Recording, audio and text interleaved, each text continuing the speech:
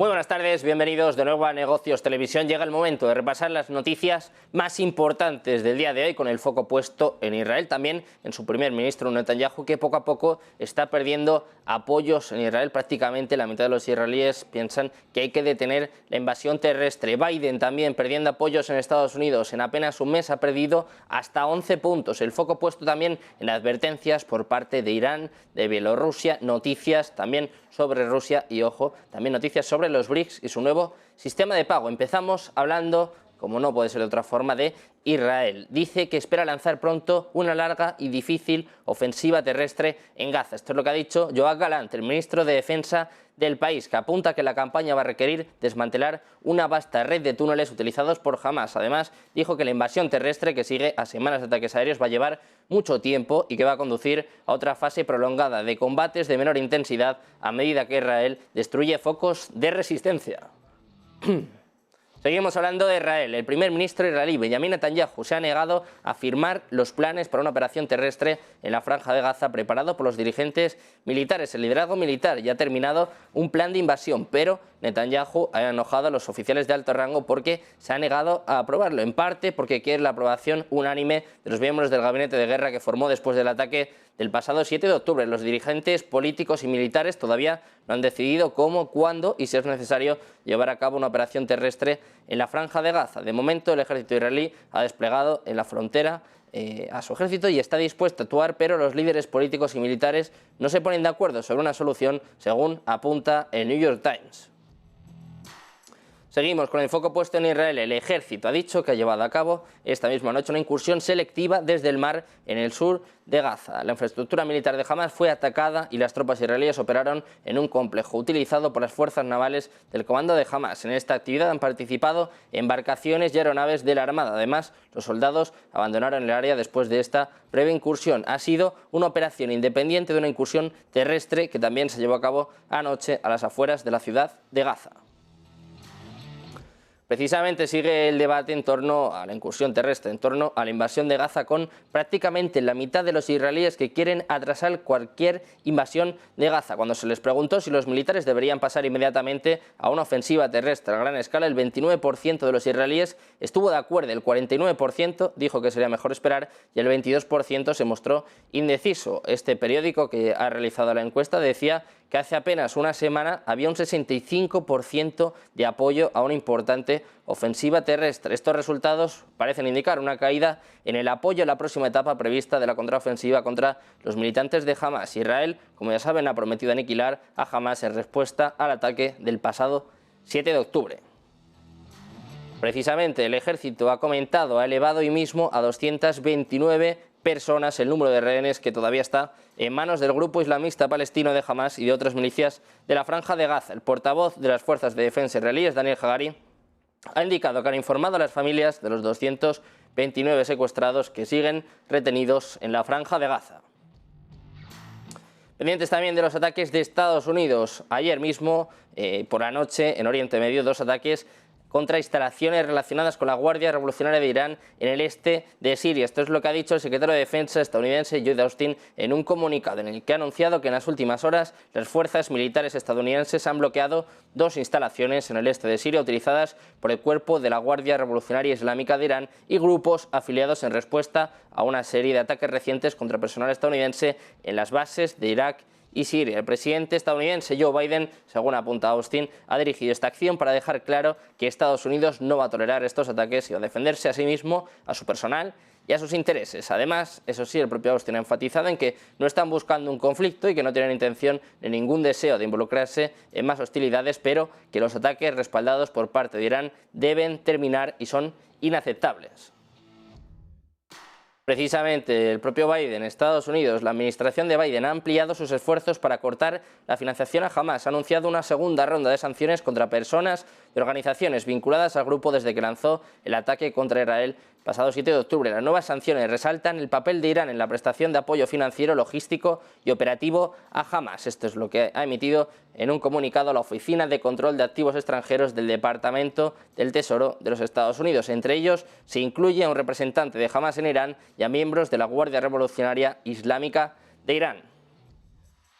Y Estados Unidos, que ha emitido más sanciones, ha impuesto nuevas sanciones a 8 personas con vínculos con el grupo terrorista de Hamas. Esto es lo que ha anunciado el secretario de Estado estadounidense Antony Blinken. Dice que se ha incluido a aquellas personas que han desempeñado un papel clave en facilitar la evasión de sanciones por parte de empresas afiliadas a Hamas. Además, también ha añadido que han sido sancionadas 4 entidades con vínculos con Hamas y otras organizaciones terroristas designadas. Y precisamente ponemos el foco en Estados Unidos, en su presidente, en Joe Biden, que tiene el índice de aprobación más bajo en los últimos meses, el mínimo histórico. De hecho, el índice de aprobación entre los demócratas ha caído hasta un mínimo histórico del 75%, una asombrosa caída de 11 puntos porcentuales tan solo en el último mes, según una encuesta de Gallup. Biden corre el peligro de alienar a los miembros de su propio partido, de alienar a sus miembros con el apoyo inequívoco a Israel, que ha llevado a cabo un bombardeo de semanas y un asedio total en Gaza. La encuesta anual de Gallup, que se realizó en febrero, encontraba que los demócratas simpatizaban más con los palestinos que con los israelíes, pero el firme apoyo del presidente al Estado de Israel no se ha traducido en un nuevo apoyo político en la casa. De hecho, la aprobación de Biden ha caído 4 puntos para igualar un mínimo histórico del 37%, impulsada por su caída entre los demócratas y una caída de 4 puntos entre los independientes. El índice de aprobación entre los republicanos sigue intacto, eso sí, pero en un pírrico 5%.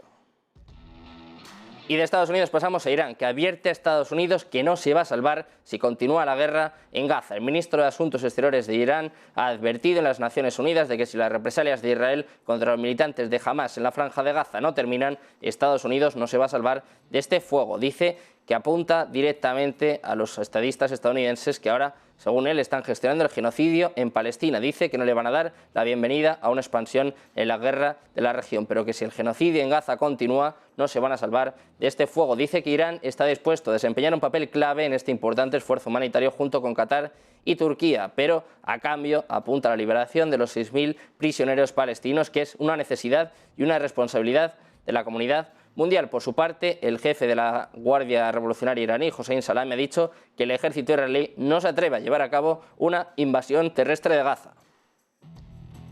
Y seguimos hablando de Irán. El ejército ha iniciado este viernes unas nuevas maniobras en la provincia de Isfahán, situada en el centro del país, con el objetivo de analizar las capacidades de las unidades en combate. Karim Chesak, portavoz de las maniobras, ha especificado que en las mismas participan infantería, vehículos blindados, unidades de misiles y artillería, la fuerza aérea, drones y unidades de guerra informática. Además, ha indicado que las maniobras tienen lugar al hilo de la nueva estructura organizativa de combate con la distancia, precisión, inteligencia y automatización como principales ejes. Y ponemos el foco ahora en Europa. Los líderes europeos han coincidido, abogan porque se celebre una conferencia de paz en Oriente Medio lo antes posible. Así lo han dejado claro en la primera jornada de la cumbre con el presidente del Consejo Europeo, con Charles Michel, que eso sí ha evitado precisar cómo se podría llevar a cabo, pero ha demostrado su deseo en que tenga lugar pronto. El propio Michel ha dicho que no quieren ser precisos o concretos porque quieren relacionarse con sus socios para que esto ocurra. Además, ha alabado la propuesta del presidente en funciones de Pedro Sánchez, que insiste en la idea de celebrar una conferencia internacional de paz, que ya estuvo en la mesa en la cumbre del Cairo por la Paz del pasado sábado. Empieza a llegar más ayuda humanitaria a Gaza. Hoy, un primer equipo de 10 médicos extranjeros de la Cruz Roja ha entrado por el paso egipcio de Rafah en dirección a la franja de Gaza, junto con un convoy compuesto de otros 10 camiones cargados con ayuda humanitaria, pero eso sí, sin combustible. El portavoz del lado palestino del cruce ha dicho que una delegación médica compuesta por 10 médicos extranjeros ha entrado a la franja de Gaza a través de Rafah. Con esta nueva entrada de ayuda humanitaria ya son 84 camiones en 6 tandas diferentes los que han accedido al enclave palestino a través de Egipto. Pendientes también de advertencias por parte de la ONU, que dice que los habitantes de la franja de Gaza se sienten rechazados, alienados y abandonados a medida que la crisis humanitaria sigue empeorando. De hecho, la ONU ha dicho que los recientes convoyes de suministros eran una distracción y que hacían poco en un momento en el que Gaza está estrangulada. Estas han sido las advertencias del jefe de la Agencia de Ayuda de las Naciones Unidas para los Refugiados Palestinos, que dicen que la situación es la más cruda hasta el momento y de hecho ha pintado un panorama horriblemente sombrío de un enclave en el que hay hasta más de 2 millones de personas. Y vamos con más advertencias de la ONU. Dice que temen que se estén cometiendo crímenes de guerra en el conflicto entre Israel y Hamás. Hablamos de la portavoz de la Oficina de Derechos Humanos de la ONU, que dice que están preocupados porque se estén cometiendo crímenes de guerra, que les preocupa el castigo colectivo de los habitantes de Gaza en respuesta a los atroces ataques de Hamás, que también constituyeron crímenes de guerra. Advertencias, siguen declaraciones por parte de la ONU. Advertencias también serias y duras por parte de Bielorrusia. Lukashenko, su presidente, ha dicho que si los estadounidenses empiezan a bombardear desde el mar Mediterráneo con ataques aéreos y portaaviones, aunque eso sí, matiza, no creo que estén tan locos, Irán responderá y les hundirá. Dice Lukashenko que Estados Unidos está enturbiando su posición dominante del mundo, que están contribuyendo a alimentar distintos tipos de conflictos. De hecho, apunta que cree que Estados Unidos está percibiendo cambios en el mundo, como por ejemplo la multipolaridad, y que es por ello que están sembrando el caos dentro de los países, igual que intentaron hacerlo en su propio país. Dice Lukashenko que esta es su política, que toda Europa está preocupada por Ucrania y que no le importa Oriente Medio ni otras cuestiones. Además, apunta que Estados Unidos siempre necesita provocar problemas en todo el mundo, que al hacerlo quiere mantener su dominio en el mundo, que esos son solo sus pensamientos, pero que cree que tiene razón, que cree el propio Lukashenko que esta es la forma que tiene Estados Unidos de hacer política. De Bielorrusia pasamos a Hungría. El primer ministro Viktor Orbán dice que la estrategia de la Unión Europea con respecto a la guerra en Ucrania ha fracasado y que debería crear un plan B, ya que los ucranianos no van a ser capaces de ganar en el frente. Ha hablado en Bruselas, al margen de una cumbre de la Unión Europea, donde apuntaba que había una gran batalla, especialmente por el apoyo a Ucrania. El propio Viktor Orbán ha pedido la dimisión del jefe de la Unión Europea, ha pedido la dimisión de Ursula von der Leyen, aunque también podría haberse referido a Charles Michel y a todo su clan, ya que considera que no han sido capaces de capear las situaciones de crisis que ha tenido Europa en los últimos años. Unas crisis como por ejemplo el coronavirus, la guerra entre Rusia y Ucrania y este reciente conflicto que estamos viviendo en Israel.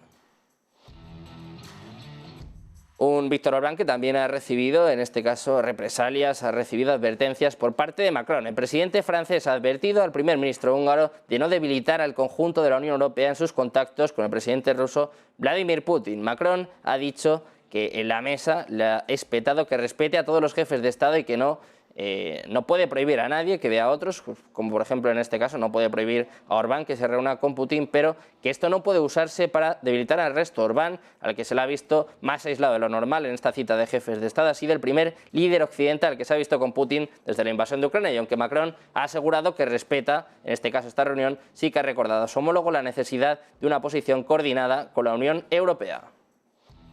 Hablando de Putin, hablamos precisamente de Rusia, de su Banco Central, que ha elevado su tasa de interés clave en 200 puntos básicos hasta el 15% este viernes, elevando los costes de endeudamiento por cuarta reunión consecutiva en respuesta a la debilidad del rublo y a la persistente presión inflacionaria. El Banco Central ha aumentado ya las tasas en 750 puntos básicos desde julio, incluido un aumento de emergencia no programado en agosto, cuando el rublo cayó más de 100 por dólar y el clearing pidió una política monetaria más estricta. De Rusia pasamos a China. No se espera que asista a la reunión de asesores de seguridad nacional en Malta este fin de semana, donde funcionarios de más de 55 países van a discutir el impulso de Ucrania para generar apoyo para su llamada fórmula de paz. Esta lista de asistentes incluye a los países del grupo del G7 y además se espera que algunos, como Brasil y Chile, también participen online. La ausencia de Pekín va a ser una decepción para Zelensky, que sigue intentando obtener apoyo internacional para su proyecto de una paz duradera y justa.